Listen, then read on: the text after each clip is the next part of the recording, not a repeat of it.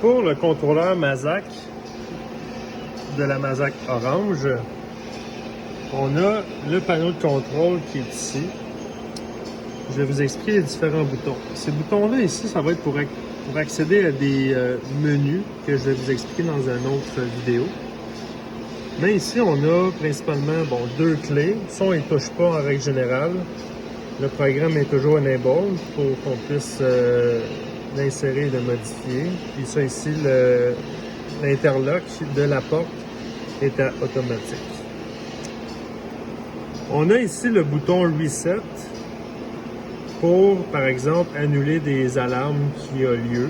Et certaines alarmes ont besoin d'un hard reset, ça veut dire que c'est un reset plus poussé. C'est les deux en même temps pour annuler certaines alarmes. Ça, c'est un bouton pour fermer le contrôleur, l'écran du contrôleur. Le son, on ne l'utilise pas tant que ça. Ces deux boutons-là, on ne s'en sert pas. Si je regarde plus bas ici, on a le spindle. C'est le pourcentage du RPM. Si on veut, pendant l'exécution du programme, diminuer le RPM, je vais pouvoir faire la flèche en bas pour diminuer son pourcentage. Si je veux l'augmenter, ça va être dans le plus. On a également la même chose à côté ici. Ça, c'est pour le feed. On a l'avance du rapide, qui est les flèches de gauche. Je pourrais le mettre à R0, R1, R2, 50% ou 100% de son avance rapide. Très important, mettez-le à R2, qui est en fin de compte 25% par sécurité.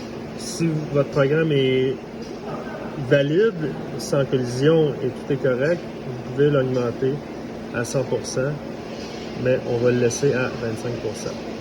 Ça ici, ça se trouve à être le pourcentage de l'avance qui est programmée. Alors, si vous voulez augmenter l'avance de votre outil, vous faites la flèche en haut. Si vous voulez diminuer l'avance de votre outil en cours d'usinage, ça va être la flèche en bas.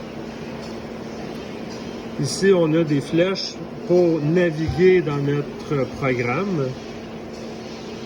On a le clavier numérique qui est ici. On n'a pas de clavier à lettres qui est vraiment intégré dans l'écran qui est ici avec les différentes touches que vous allez voir tout à l'heure. Le FO, MF1 et MFL Clear, on ne s'en occupe pas. Ici, on a le Cool'Un menu. C'est le menu du Cool'Un. On peut activer soit en automatique ou en manuel le Cool'Un. Sinon, le ATC, on s'en occupe pas. Palette menu non plus et le MNT non plus. Ici, on a une série de boutons. Ça, c'est important de comprendre. Première des choses, on a le bouton Home 1.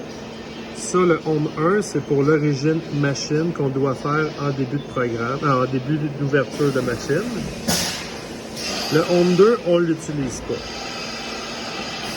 On a le mode manuel, X100, X10, X1. Ça, c'est pour utiliser la roulette qui est juste ici, avec l'axe qu'on doit déplacer. Le X1, c'est qu'à chaque ligne qu'on fait, ça équivaut à 1/10 de millième.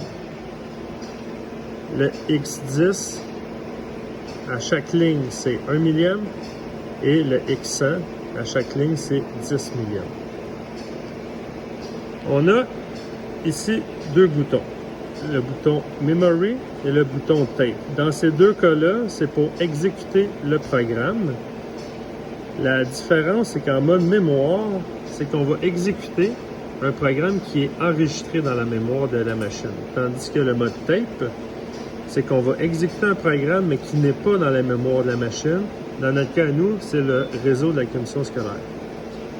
Ça, c'est quand un programme est trop volumineux pour être emmagasiné dans la mémoire, on va rouler en mode tape. On a le mode MDI. Ça va être pour écrire nos différents codes manuels, comme par exemple faire tourner la broche ou vérifier nos tool offset. Le bouton jog et le bouton rapide, on ne l'utilise pas, mais c'est pour justement déplacer les axes, soit rapide ou avec une avance, sans utiliser la manivelle. C'est en utilisant justement les boutons des axes. Mais par sécurité, on ne l'utilisera pas, on va vraiment utiliser la roulette. Ensuite, on a le bouton Cycle Start pour démarrer le programme, Feed Hold pour interrompre le programme. Ici, on a les boutons en Y, Y plus, Y moins, X plus, X moins, et on a le Z plus, Z moins. Ces boutons-là, on va s'en servir pour amener les axes à zéro, à leur zéro machine. Ça, c'est pour faire les axes tout en même temps, mais par sécurité, on ne l'utilisera pas. Et on n'a pas de 4 axes pour l'instant sur cette machine-là. Le spindle, c'est pour démarrer et changer la direction du spindle, l'arrêter manuellement. Ça, c'est vraiment un contrôle manuel pour démarrer le spindle. On a le bouton d'arrêt d'urgence. Si jamais il y a quoi que ce soit qui arrive, on appuie sur le bouton d'arrêt et ça va arrêter. Comme je disais tantôt, ça c'est la roulette pour déplacer nos axes. Ça c'est la sélection de nos axes. Si je veux déplacer en Z, je dois sélectionner Z et je peux tourner ma manivelle. Encore une fois, on n'a pas de 4 axes. Alors le 4 n'est pas actif. Ce bouton-là, ça va être pour soit insérer un outil dans la broche ou sortir l'outil de la broche. Mais il va y avoir une vidéo qui va vous expliquer en détail comment installer les outils. Alors voilà pour les différents boutons du contrôleur.